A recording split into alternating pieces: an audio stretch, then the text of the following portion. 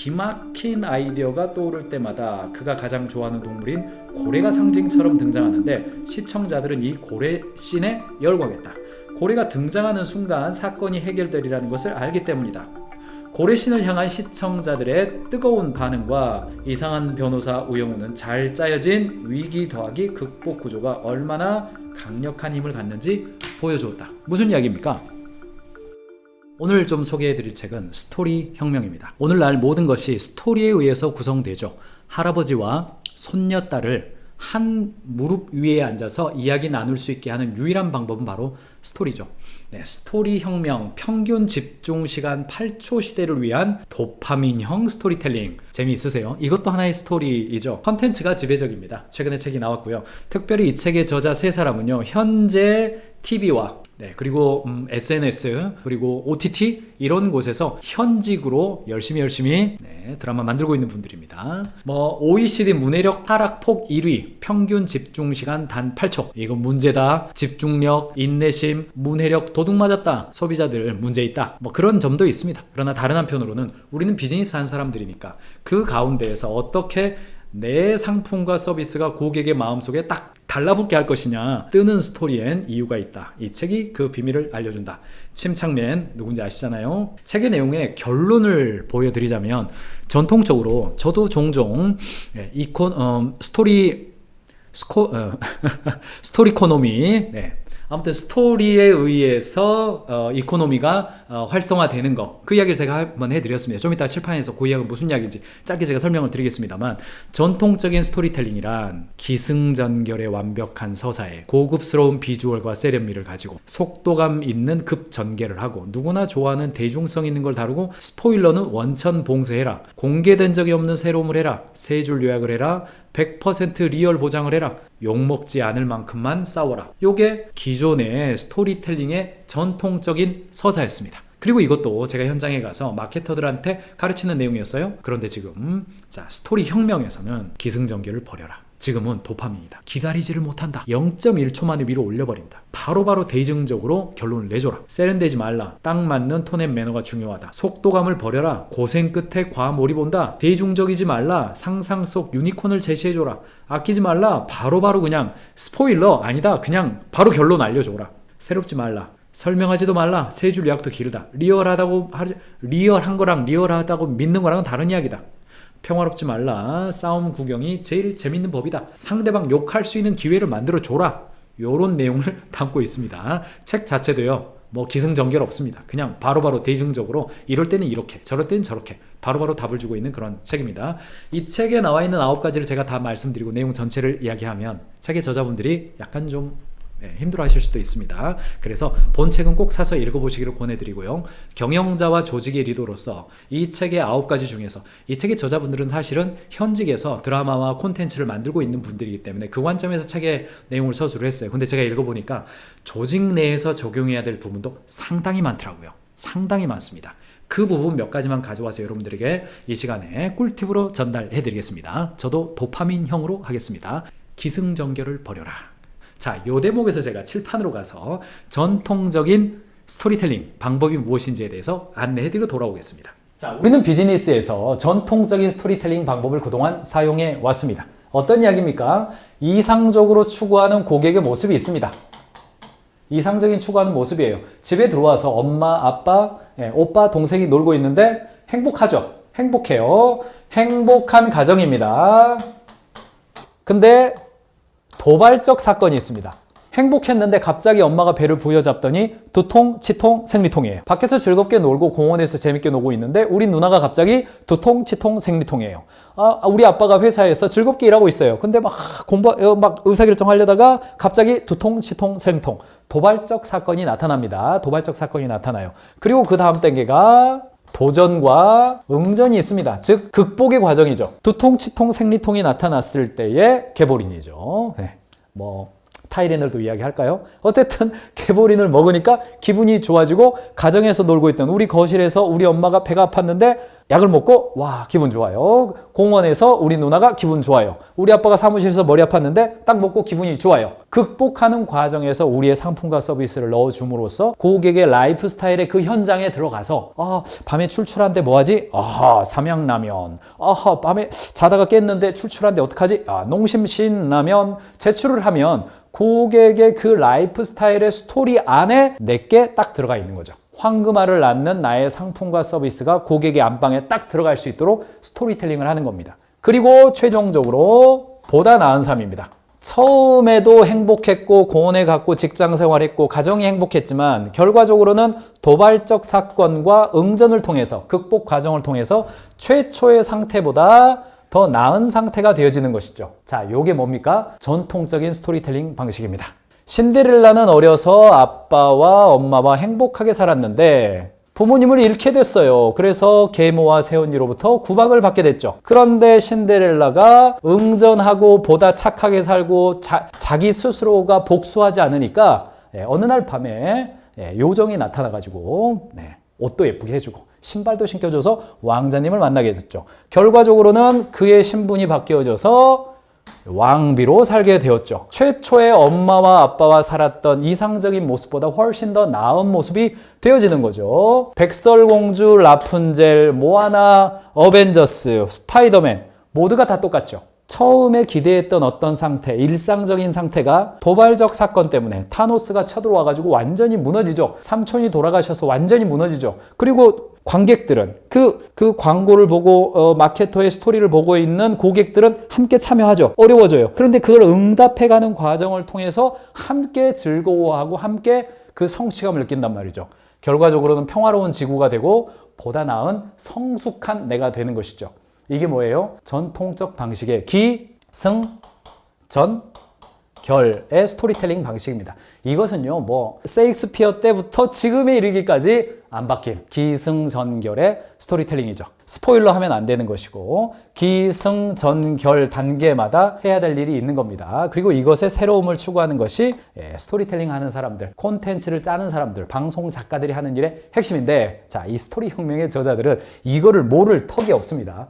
100% 알고 있습니다. 그런데 자, 무슨 얘기냐면 요거를 바꿔라 이제. 요렇게 기다리지를 않는다. 이거 TV 앞에 있는 거 아니다. 극장 가가지고 2시간 꼼짝 못하게 앉아있는 상황 아니다. 당신의 스토리텔링을 보고 있는 고객의 상황은 금방 넘겨버릴 수 있는 그런 상황이다. 그러니까 내가 지금 말해준 대로 따라와라. 자, 저를 따라오세요. TV 드라마 중에서 이상한 변호사 우영우라고 있었습니다.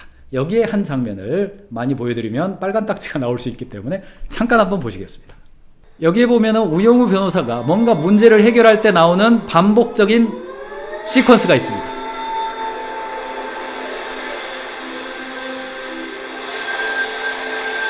그렇죠. 이거 장면이죠. 자, 요 장면이 나오면 어떤 일이 벌어집니까?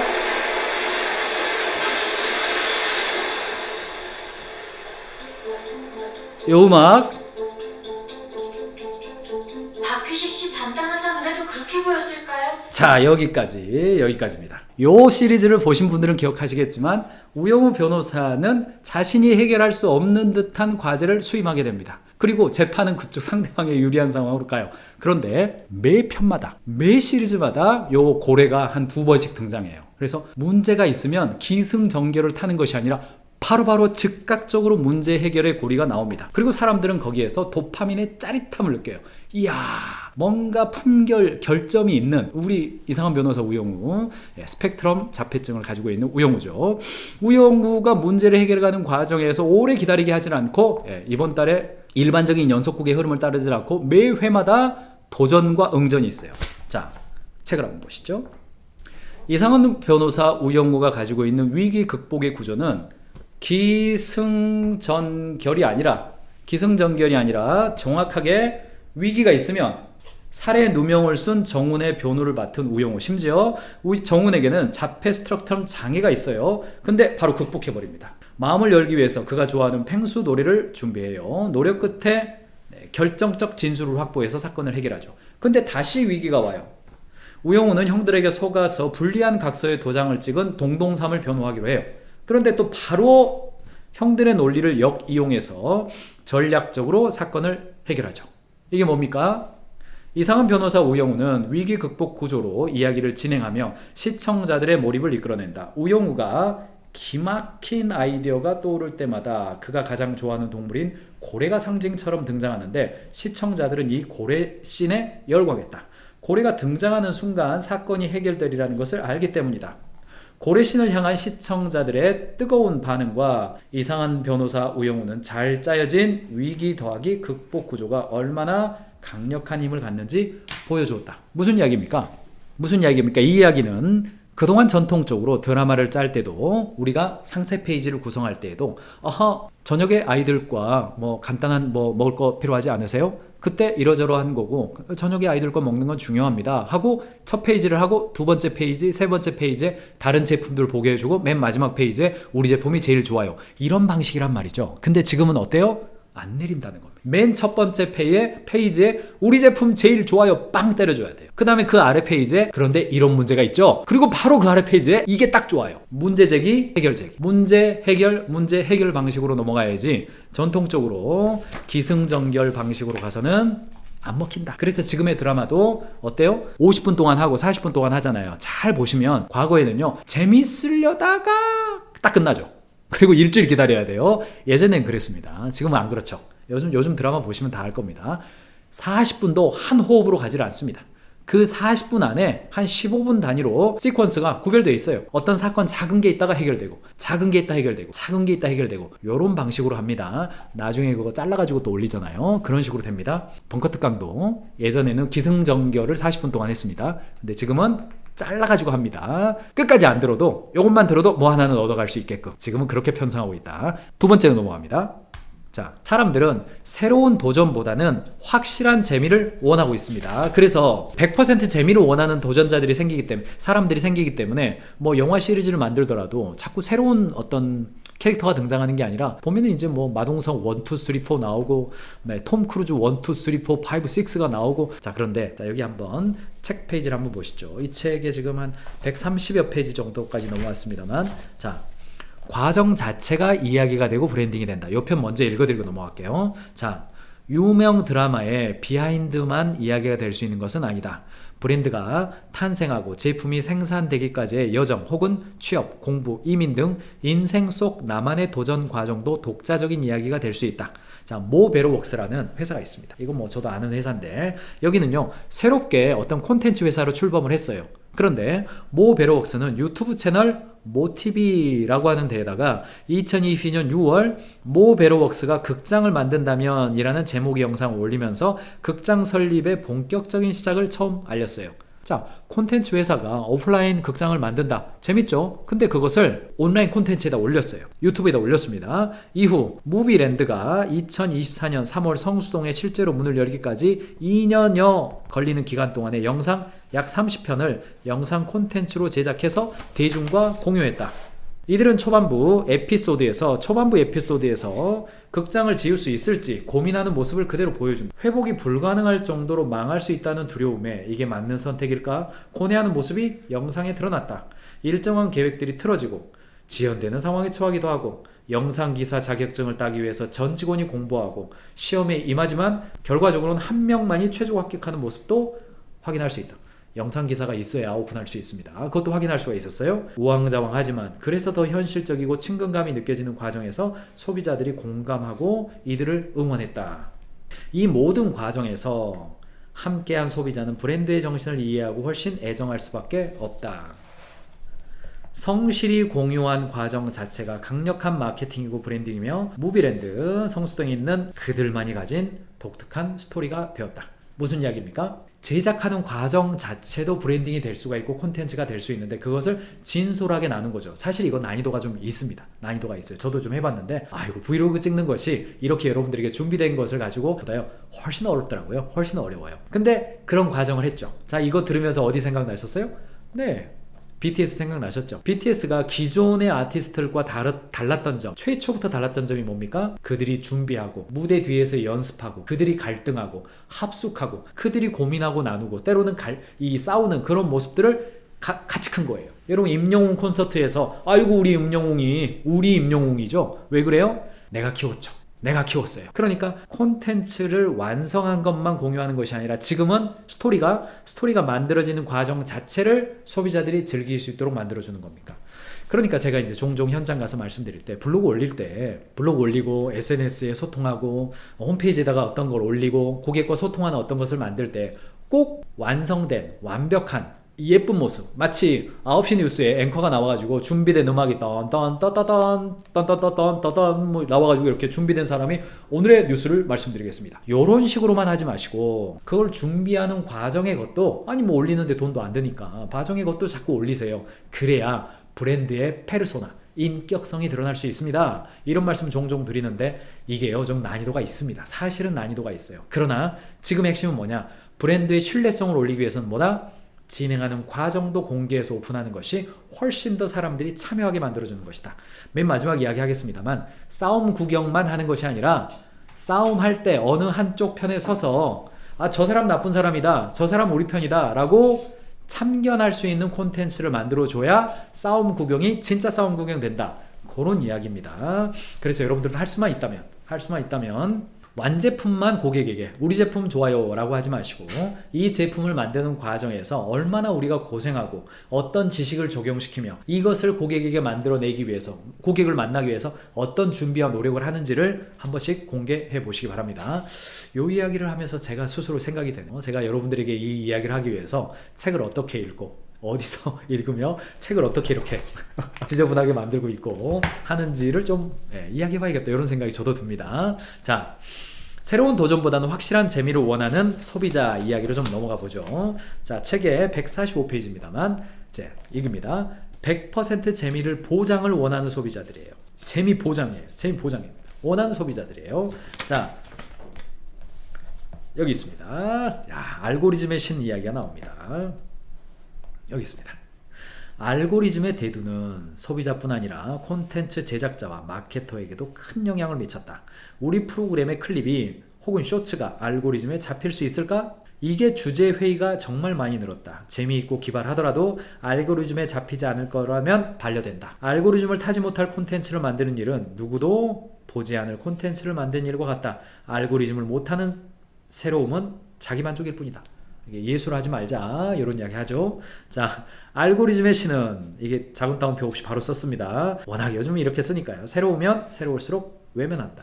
결국 알고리즘의 신에게 간택받기 위해서는 콘텐츠 제작자와 마케터도 검증된 방식의 이야기를 따라갈 수밖에 없다. 그래서 여기 이런 게 계속 나오는 겁니다.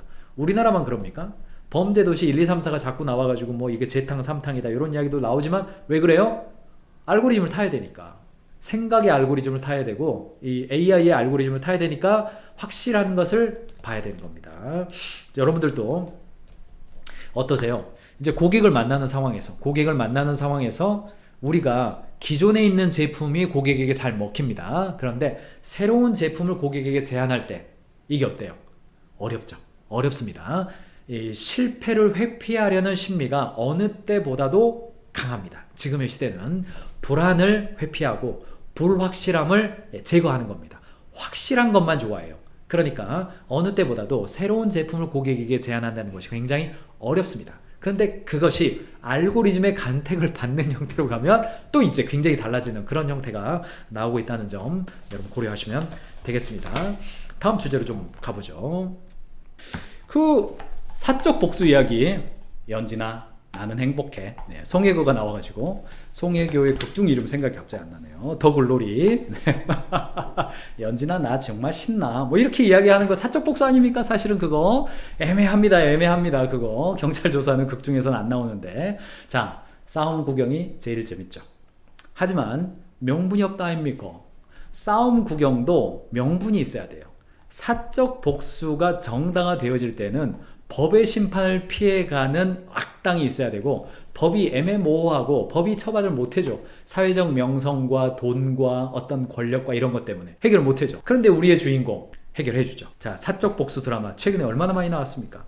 모범택시라고 이런 보셨는지 모르겠어요. 저도 이 책 읽으면서 다시 한번 이렇게 찾아봤더니 아유, 뭐 통쾌하게 뭐 아무튼 학교 폭력 편도 있고 뭐 그 엠번방 사건을 오마주한 그런 편도 있고 그러더라고요. 더 글로리.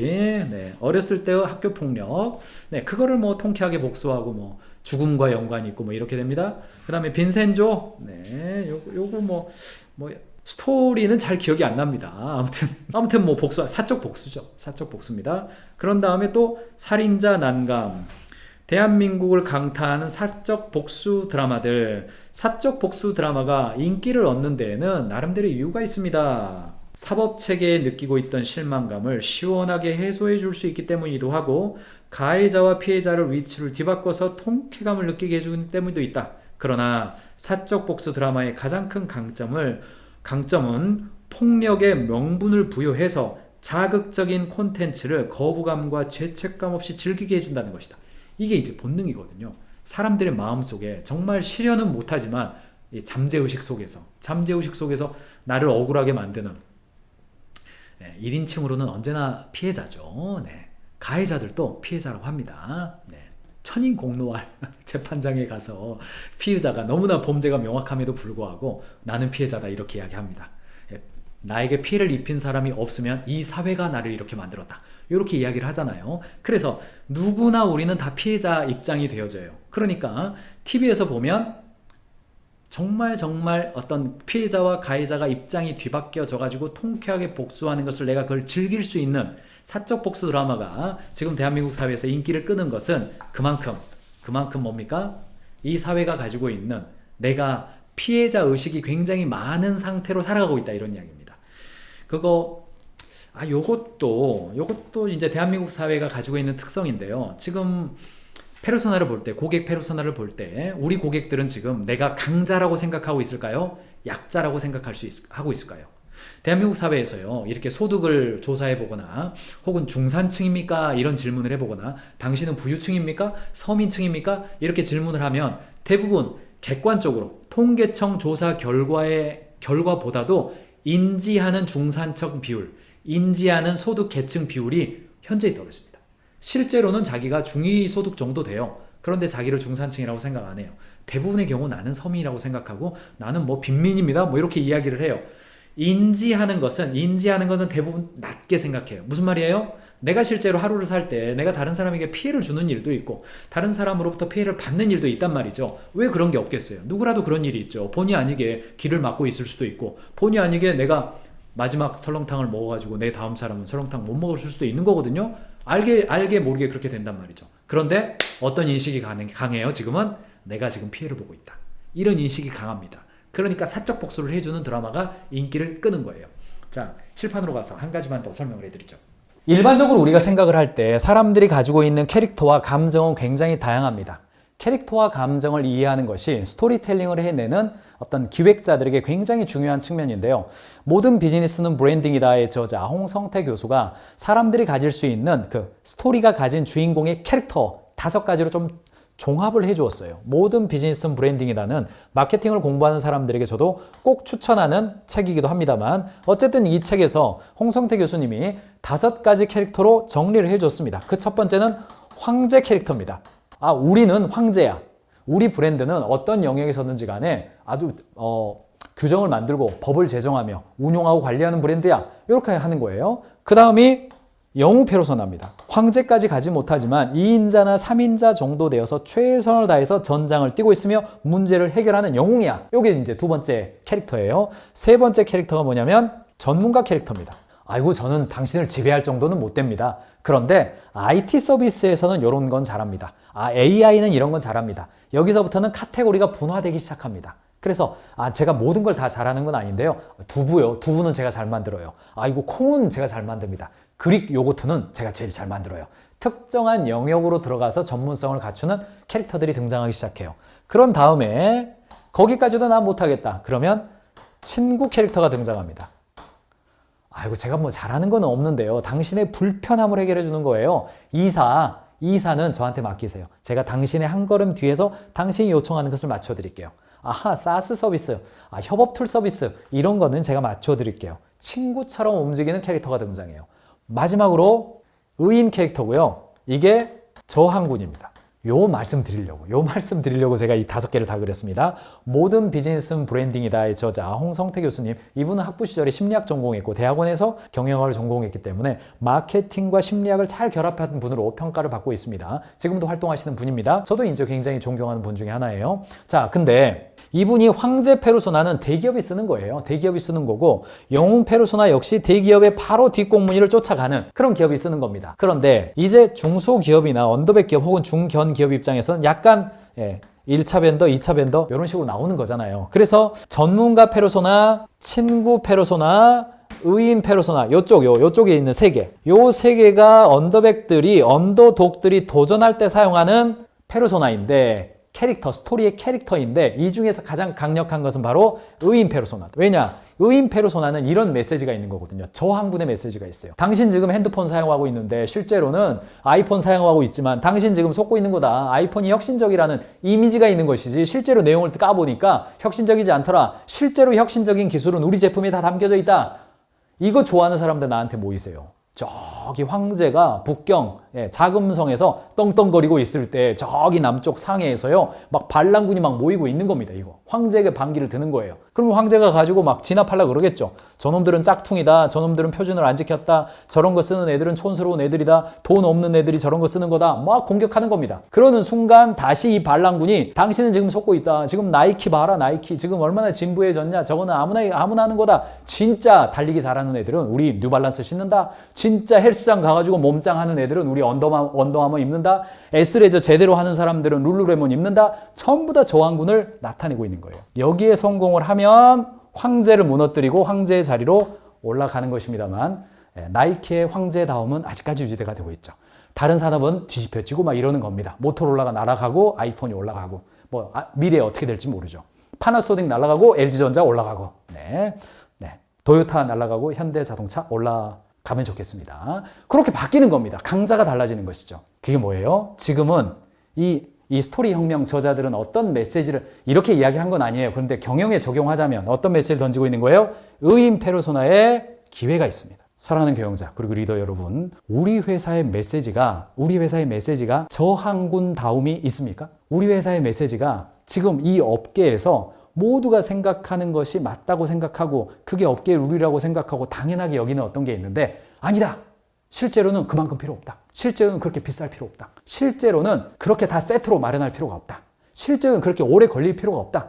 실제로는 그거 세련된 거 아니다. 진짜 세련된 건 이게 세련된 거다. 그런 메시지가 우리의 마케팅 메시지에 담겨 있냐? 그러면 우리는 의인으로서의 입장을 갖게 됩니다. 물론 저항군 세력은 황제에게 진압당하면 처참한 피해 결말이 있죠. 괜히 건드렸다가 자신 없는데 건드렸다가 황제에게 그냥 목사발이 날 수도 있습니다. 그러나 비즈니스 한번 시작했는데 법적인 테두리 안에서 업계의 룰을 깨고 관행을 깨고 부당함을 깨고 고객을 위해서 새로운 대안을 제시해주는 그런 방식, 이런 방식이 지금 대한민국 사회에서 사실은 피해자라고 생각하는 사람들이 막 늘어나 있는 상황이기 때문에 기존 서비스에 대한 불만이 있단 말이죠. 거기에서 이런 방식이에요. 커피를 만들 때 이런 방식으로 하면 참 좋아요. 설렁탕 만들 때 이런 방식이에요. 스카프를 만들 때는 이런 거예요. 이렇게 제안하는 것에 대한 사람들이 동참할 가능성이 있다는 겁니다. 반란군에 참여하는 사람들은 동맹군이 돼서 동지가 됩니다. 그리고 커뮤니티와 팬덤을 만들어줘요. 이런 파도를 탈 수 있냐? 그 스토리 여러분들이 한번 생각해 보시라는 이야기입니다.